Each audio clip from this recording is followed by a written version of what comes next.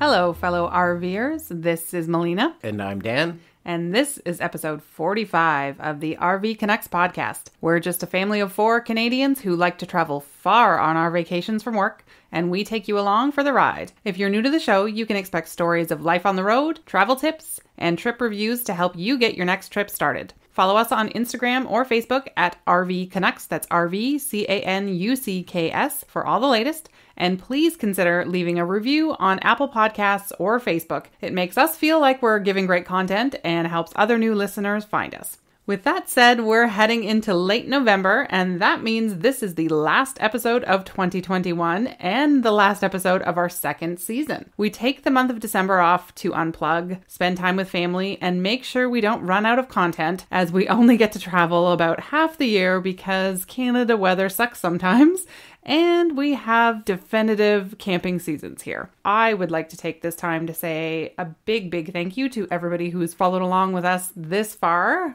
2 seasons and 45 episodes, I think, is a pretty big feat for a podcast we decided to start on a whim. So we really appreciate that you're here. Definitely. I think you told me the other day that most podcasts quit after 7 episodes. Yeah. And I just want to say that analytics has told us that we're rocking it in Singapore right now.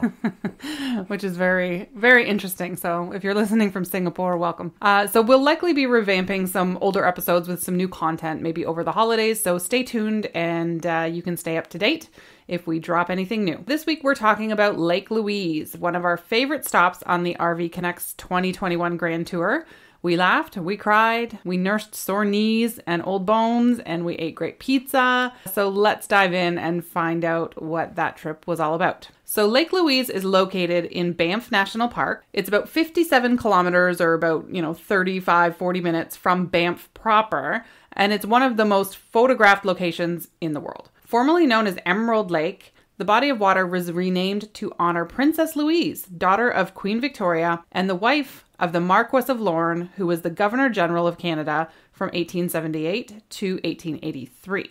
And funnily enough, when I was doing research to find out how Lake Louise got named, I had to Google what the difference was between a Marquess and a Marquis, and found out that basically just the English like to anglicize the version of Marquis. It's basically the same status, the same position, but we all know how England feels about France from time to time in their history. So that's the only difference, if anybody was wondering. That was the tidbit that I learned this week. Lake Louise is a glacier-fed lake. So it's really, really cold. It only gets up to about 4 degrees at any point in the year. So definitely no swimming. But it gets its trademark turquoise hue from fine rock dust, which is produced by massive glaciers rubbing against the bedrock.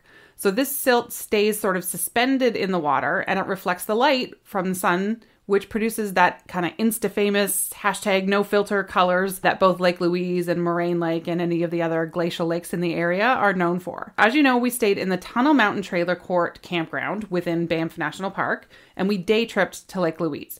So if you want to learn more about Banff or booking in the national parks or anything else we experienced within the national park itself, getting the passes, etc., go back and listen to episode 44 where we explain all of that. But I do want to mention there are actually 2 campgrounds within the national park which are located just 4.5 kilometers away from the lake and only about 1 kilometer from the village of Lake Louise. And they're aptly called the Lake Louise campgrounds. There's a trailer campground and a tent campground. So these are both booked in the same way using the National Parks booking service. So it's no different from anywhere else, whether it's Banff or Jasper or your other favorite national park system. The trailer campground accepts larger rigs, only hard-sided units, and it has power only and is open year-round. Important to note that they only take proper hard-sided RVs and trailers because of bears, elk, wildlife, and all the other assorted kind of concerns that might come along with it. Tenting or soft-sided trailers is your way. There's a tent campground. It accepts, soft-sided trailers, pop-ups, hybrids, that kind of thing. You can camp in there. It has protection all the way around from wildlife, but you kind of close to the railroad tracks. Yeah, so you better be, I guess, a good sleeper because the train does come by quite frequently in that area. You can also bring a small hard-sided trailer into the tent campground, but it maxes out at 24 feet. So I think between the two campgrounds, there's just over probably 300 sites between the two of them. The tent campground doesn't have any power though, but excellent options if you're going to stay and spend a lot of time in Lake Louise or Lake Moraine. And although I would say the amenities in Banff are a lot broader, there's a really good reason to kind of stay in Lake Louise, and that would be the atrocious parking situation in Lake Louise and the fact that basically you need to be there just after dawn to find a place to park. Absolutely. I mean, but I think the point to take away is that there's lots of different options for you to research over the winter before you get onto that National Parks booking service and find yourself a site, but there's something for everybody. Mm-hmm. So let's talk parking.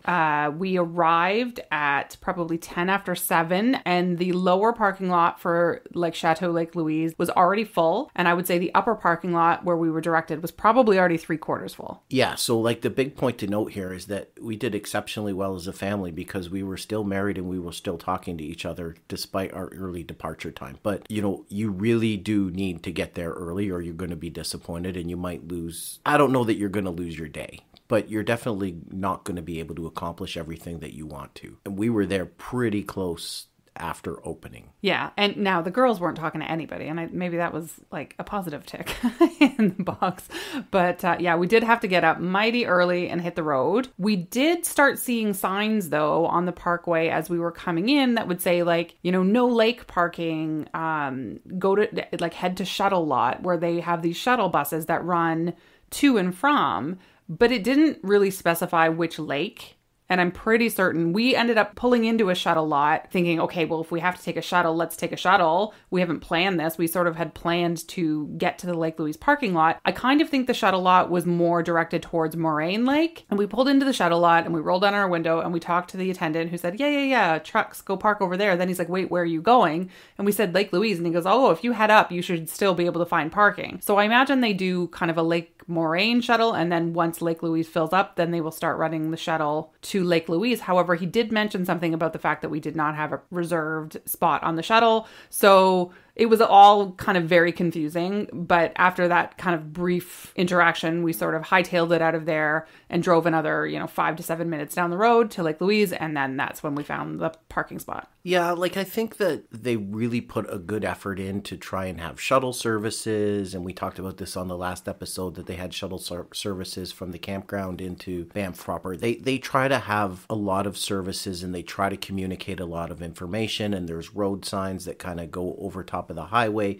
But there's almost so much information that, a seasoned travel can get easily turned down the wrong road or make a wrong decision. My advice is just ask somebody when you pull in because there's always somebody everywhere who will answer your questions. And that's the one thing they do really well is they're exceptionally friendly. I can't think of a grumpy person that worked for Parks Canada that wasn't willing to help get you pointed in the right direction and send you where you needed to be. Mm-hmm. So we made it to the lake. Now, in terms of activities, that area is going to be much the same as anywhere else. You've got canoeing, hiking, horseback riding. There's gondolas everywhere at pretty much every major ski hill. Skiing, of course, in the winter. Just basically a lot of like basic outdoor fun. And arguably the jewel of the lake is the famed Chateau Lake Louise. However, I was really excited to see Chateau Lake Louise because I have always dreamed of walking inside it and maybe perhaps staying there one day. However, if you're going to have a quick peek around, you will be sorely disappointed because, due to COVID and just capacity restrictions, you cannot enter the hotel unless you have a reservation for dining or you're a guest staying there. That's okay because we have Chateau Tracy the trailer. Yeah. Now, that's okay because you still get a ton of photo ops and there's some beautiful things to see if you just kind of wander the hotel grounds outside, which is kind of where you have to start any of the hiking trails anyway. So when we got there, I was actually sort of shocked. And you heard me mention kind of the famous turquoise waters. But when we arrived, the sun wasn't yet over the crest of the surrounding mountain peaks.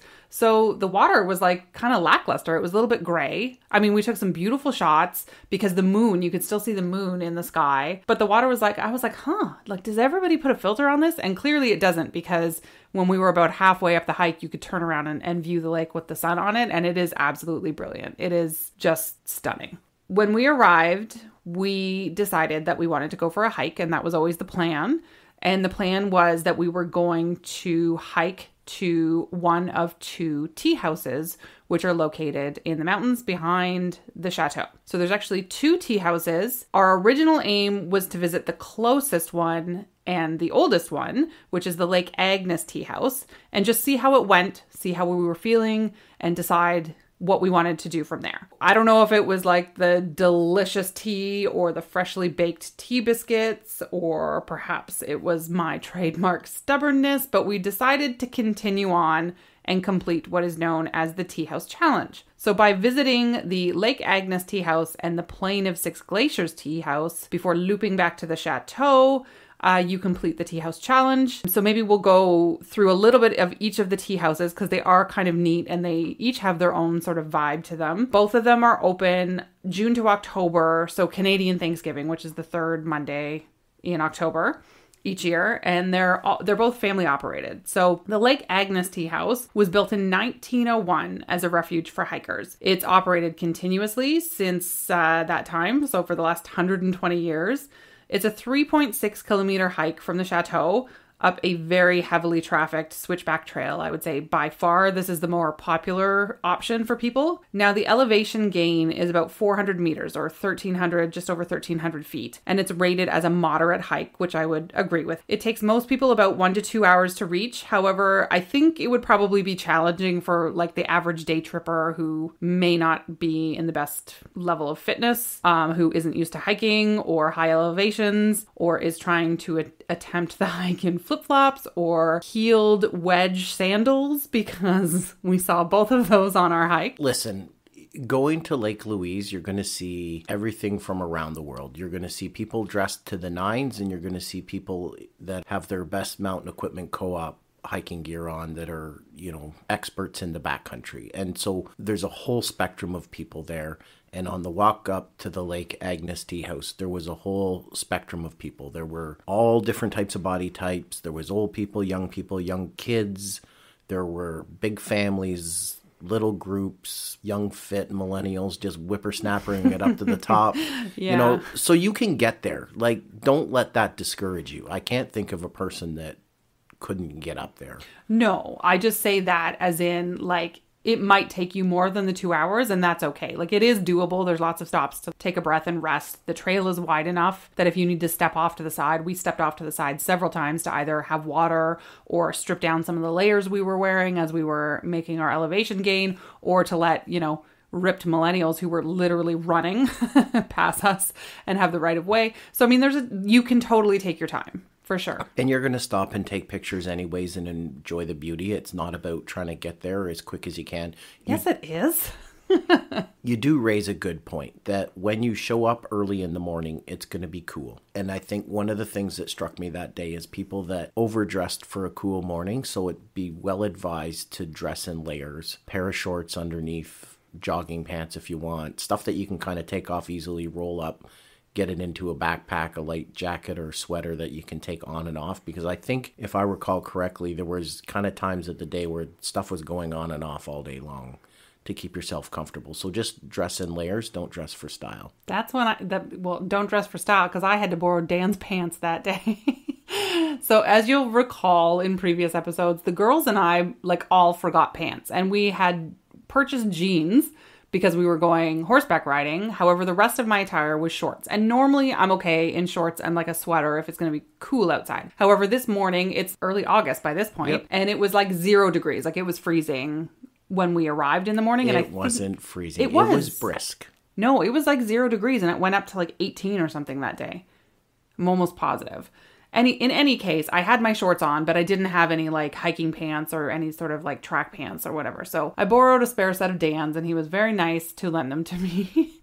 In any of the Instagram photos you see of me doing the tea house, I'm wearing Dan's pants, and I'm a little bit horrified that they fit me so well, but here we are.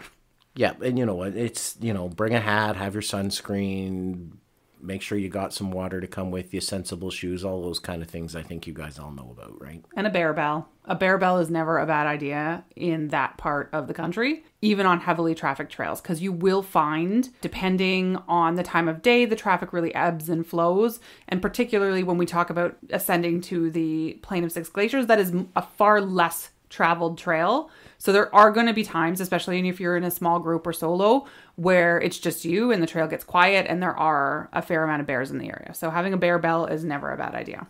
So a couple of things about the Lake Agnes Trail.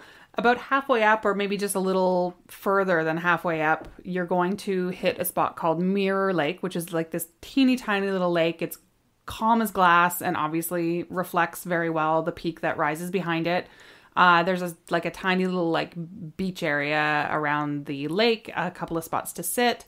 So that's a perfect spot if you make it that far to take, a break as long as you need. I could have probably sat there all day. It was absolutely beautiful. I think there's a couple informational plaques. That's where the trail branches off into the Beehive, the Little Beehive and the Big Beehive trails and the Plain of Six Glaciers, or you can continue straight on to the Lake Agnes Teahouse. I remember there is a beautiful waterfall, which is just before the Teahouse itself. And if you remember Ben, of our friends Ben and Janine, who talked to us a couple of episodes ago about Dinosaur Provincial Park, they did the same hike as us a number of weeks before us, and that is where Ben fell into the waterfall after talking to his kids about watching where they stepped on the trail. So if you ever make it that far, you can think of our friend Ben. So the last push to the Teahouse itself is a very large set of stairs up to the Teahouse proper. I did count it at the time, but I have no idea. I have no recollection now how many stairs there were, but it was enough that I was like, wow, this is a lot of stairs. I'm going to count them. The Lake Agnes Teahouse, as we said, is very, very busy. We got up there, I'm going to say around 9:30. It was around that time.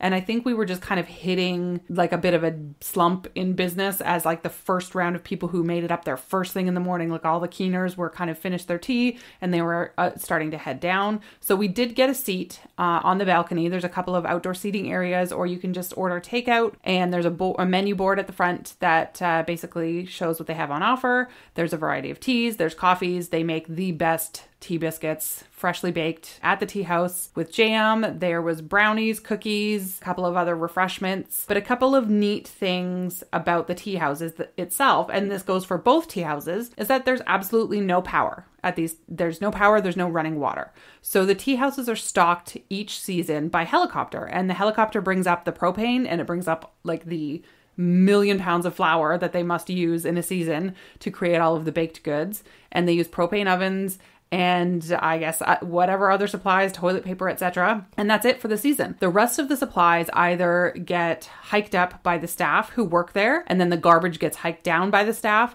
or what they asked you to do and what we did is they ask to give you a bag, and they give you a garbage bag. You put your own garbage in it, you tie it to your pack, and you hike it back down the mountain. So that's what we did. But it was a really, really cool, very unique experience knowing that they've just been kind of doing the same thing for 120 years. It was still quite chilly, but a great spot to just stop and take it all in. Lake Agnes itself was beautiful. There was a couple who had just gotten married that had hiked up there for their wedding photos, which I thought was pretty cool. The girls enjoyed seeing that. But just a fantastic place to stop. Maybe just a couple things here to jump in. If you're going to make this hike up, and I encourage you to, when you have an opportunity to use the washroom, use the washroom. Mm-hmm. There's a washroom at the start near the parking lots, and there's a washroom at the Teahouse.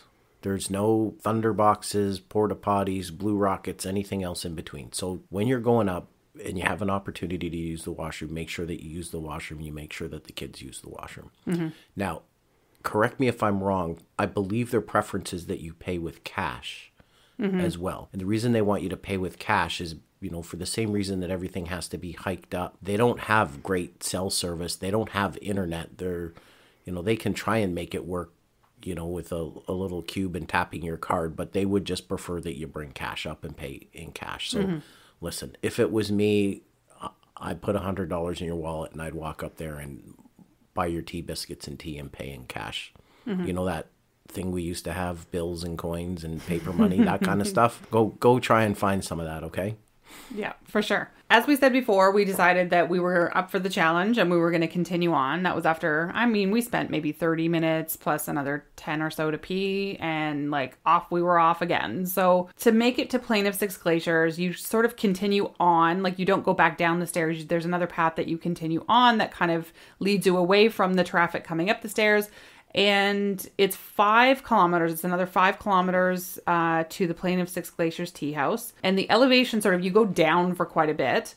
And then you end up walking for a kilometer or two along a pretty level patch, which is just a really gorgeous glacial, what would you call it? It's an alpine plain. That's the word I was looking for. So Gotcha. There's a ton of flora, there's a ton of fauna, which would change dramatically with the seasons. There's a great view of the glaciers in the background, the Victoria Glacier.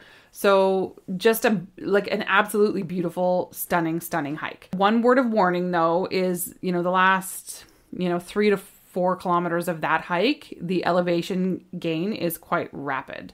So you gain 500 meters over the last 4 kilometers. A little less if you're coming from the Lake Agnes Teahouse. That is measured based on if you take that path directly from Lake Louise. So we had a little less of that. However, you're basically going 125 meters a kilometer or something in the last part of the hike. So it is quite high. And the total elevation of the tea house is 588 meters. So that's about just shy of 2,000 feet. I am not going to lie. When we were about 200 meters from the Plain of Six Glaciers tea house, I cried. I had tears in my eyes thinking yep, there's no way. The air's thin up here. I can't do it. My legs were going to give out. I was tired. And the tea house itself is a little more hidden than the Lake Agnes one. So you kind of don't know when you're getting to it. But sometimes people coming down would be don't worry, you're almost there. It's right around the bend. Well, nice for them because they're on their way back down. But you're right. It is hidden and it's not like you can see it from a distance and you can see that distance closing. And so you get excited to get to the tea house and then you get let down as you make a turn or go over a little elevation rise and see that you're not at the tea house, that there's another one. And you're starting to when does this ever end? I just want my tea and biscuits. Come on, man. Yeah. Now, when you get there, golly, is it worth it? Because it's a bit of a bigger site than the Lake Agnes tea house. The tea house is the tea house is probably about the same size, but there's also bunkies because that one's so far that staff members stay up there. The number of picnic tables outside. The tea house itself was built in 1924 by Swiss guides employed by the Canadian Pacific Railway, and it was constructed to house mountaineers en route to Mount Victoria and Mount Lefroy. So today the tea house offers a little bit of a different suite of refreshments than Lake Agnes. There was sandwiches and soup, which were both phenomenal. Again, it has no electricity, no running water.